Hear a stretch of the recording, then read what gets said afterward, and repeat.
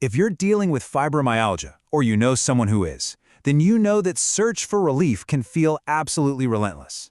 So today, we're going to cut through all the noise and take a hard look at what the best science actually says about the medications used to treat it. All right, let's get into it. And that really brings us to the central question, doesn't it? Why is this condition, something that affects millions and millions of people, so incredibly difficult to treat? Let's unpack the science and see if we can find some real answers. Okay, so before we even touch on treatments, let's just get on the same page. What exactly is fibromyalgia? Right, so fibromyalgia is way more than just being in pain. It's this super complex, chronic disorder.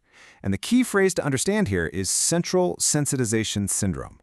Think of it like this. The volume knob for pain in your nervous system is just cranked way, way too high. Your brain and your spinal cord are basically overreacting to pain signals. Sometimes they're even creating pain from things that shouldn't hurt at all. On top of that, you've got this crushing fatigue, sleep that doesn't refresh you, and that really frustrating fibrofog. And that's the whole point. When the problem is in the processing of signals, finding a simple fix, like a single pill, gets incredibly complicated. And we're not talking about some rare condition here. On average, fibromyalgia affects about 2.7% of people across the globe. That's tens of millions of people living with this invisible illness, day in and day out. So you can imagine, with it being so widespread and so debilitating, it is no surprise that the hunt for an effective pill has been a massive focus for medical research. And when I say massive, I really mean it. I mean, look at these numbers. Researchers have thrown dozens of different drugs at this, running at least 87 different clinical trials, and involving over 17,000 patients. That is a huge body of research, all pointed at one goal: finding a pill that works. But okay, with that much information, this mountain of studies, how do you know what to trust? How do you separate the real signal from all of that background noise? Because here's the thing, and it's absolutely crucial. Not all evidence is created equal. You can't compare a tiny, poorly designed study to a massive, high-quality one. So scientists needed a way to filter through everything. And this is how they did it. This image shows the results of a huge overview of what are called Cochrane reviews. And those are basically the gold standard for medical evidence. Think of it like a super powerful quality filter. Researchers took all those studies on all those drugs and just sifted them. They tossed out any study that was too small, that might have been biased, or that just didn't have solid enough data. And as you can see from the key findings here, that process, well, it eliminated almost every single drug they looked at. Yeah, this funnel visualizes that whole process perfectly. After all that intense filtering, what started out as dozens of potential treatments got whittled down to almost nothing. The huge majority of drugs, they just didn't make the cut when you only look at high-quality evidence, which leaves us with just 3. So let's take a really clear, honest look at the only 3 drugs that actually made it through that brutal evidence filter: duloxetine, milnacipran, and pregabalin.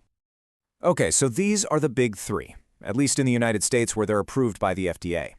The first 2, duloxetine and milnacipran, they work on your brain chemistry to help regulate pain.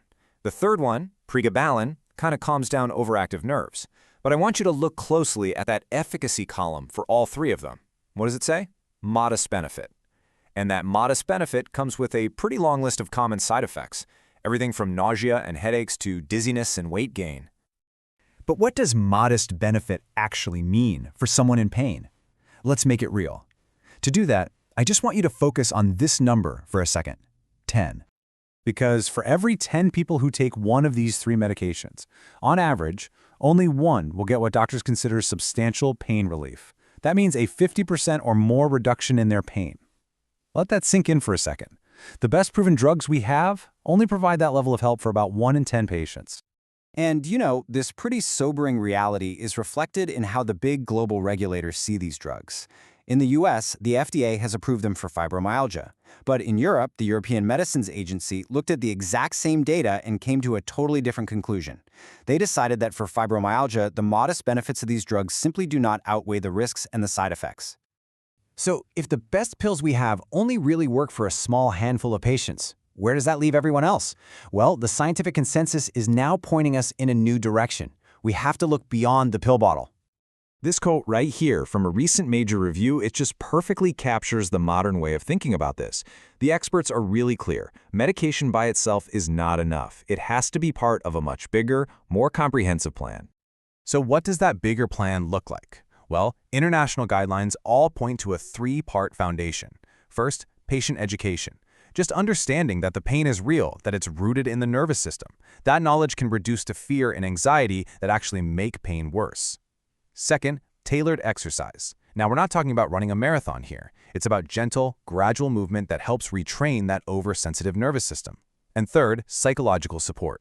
Therapies that give people real coping strategies, helping them break that vicious cycle where pain causes stress and then stress just cranks up the pain.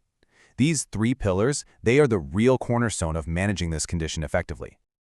All of this leads us to one final, pretty provocative thought. After decades and decades of searching for that magic bullet in a bottle, the best evidence we have today suggests that for most patients, the most effective tools aren't found in a pill at all. So you have to wonder, will the real future of fibromyalgia treatment actually lie beyond the pharmacy?